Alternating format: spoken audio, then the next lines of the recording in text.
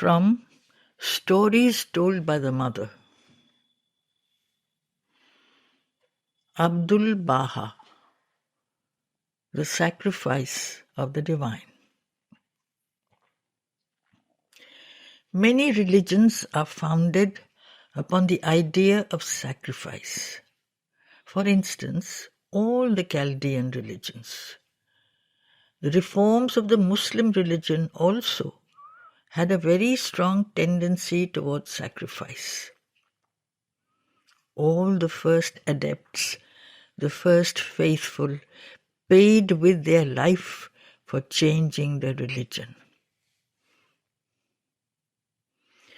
We speak of the sacrifice of the divine, but I have noticed that this is called sacrifice when one understands that if obliged to do it oneself, it would be very difficult. It would give you much pain. It would be very hard, laughing. So one speaks of sacrifice. But it is probable that for the divine it was not painful, and he did it willingly, with all the joy of self-giving. I knew Abdul Baha very well, the successor of Baha Ullah, founder of the Bahai religion. Abdul Baha was his son.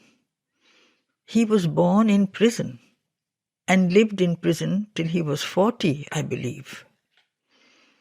When he came out of prison, his father was dead, and he began to preach his father's religion. He told me his story and what had happened in Persia at the beginning of the religion.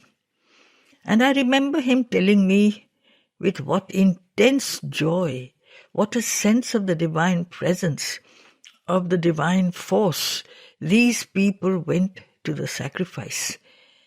It can't be called sacrifice. It was a very joyful gift of their life. He always spoke to me of someone who was, it appears, a very great poet and who had been arrested as a heretic because he followed the Bahai religion. They wanted to take him away to kill him, or burn him, hang him, crucify him, I don't know what, the manner of death in vogue at the time. And because he expressed his faith and said he would be happy to suffer anything for his faith and his God, people devised the plan of fixing small lighted candle ends on his body, his arms, his shoulders. Naturally, the candles melted with the hot wax all over till the wick of the candle burnt the skin.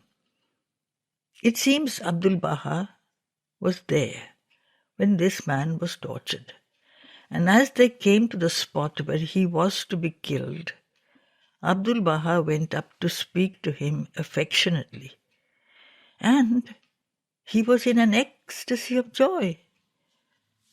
Abdul Baha spoke to him of his sufferings. He replied, "Suffer? It is one of the most beautiful hours of my life."